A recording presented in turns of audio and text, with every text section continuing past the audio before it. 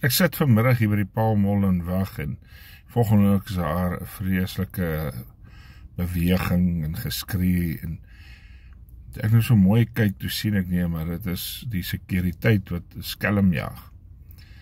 En is toe iemand wat ietsie gesteel het en hulle het hom toe nog gevang en gejaag.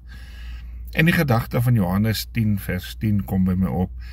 Die dief kom net om te steel en te slag en te verwoes.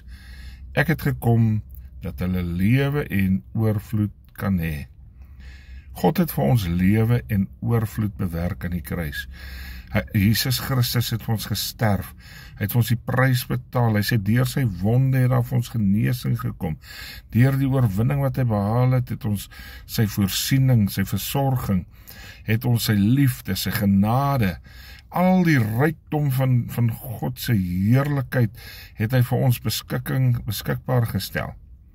Maar die vyand wil dit steel van ons. Hy wil ons blydskap steel, hy wil ons finansies steel, hy wil ons oorwinning steel. Hy wil net verwoesting bring in ons lewe.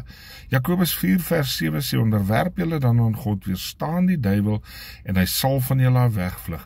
Ons moet die vyand weerstaan in ons lewe. Wanneer 'n mens weet die skelm kom, sê die Bybel, dan gaan jy tog gereed wees. Jy gaan jouself gereed maak om jou te beskerm. Ons sit diewering om ons vensters, hekke en heininge om ons huis, sodat ons beskermd kan wees. So moet ons ook ons harte bewaar. So moet ons ook ons lewens bewaar. En hoe doen ons dit? Ons bewaar dit deur ons gedagtes rein te hou. Ons bewaar dit deur in die woord te wandel en die woord te bestudeer. Ons bewaar dit om 'n tyd van gebed te kan spandeer. Hoe weerstaan ek die vyand? Ek weerstaan hom om te weier om sy werke in my lewe toe te laat en te aanvaar, en in die gebed om te staan. Hy sê onderwerp jou dan aan God. Ons moet onsself eerstens aan God onderwerp, want dit is nie ons wat dit kan doen nie.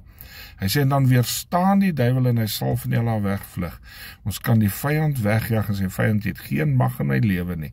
Kom ons bewaar onsself teen die vyand, want die vyand is soos 'n dief wat net kom om te steel en te verwoes. Hy wil verwoesting saai in jou lewe, maar God het die oorwinning oor hom behaal. Hy kan dit nie doen behalwe as ons die deure gaan ooplos en vir hom die ruimte gaan gee om verwoesting in ons lewens te saai.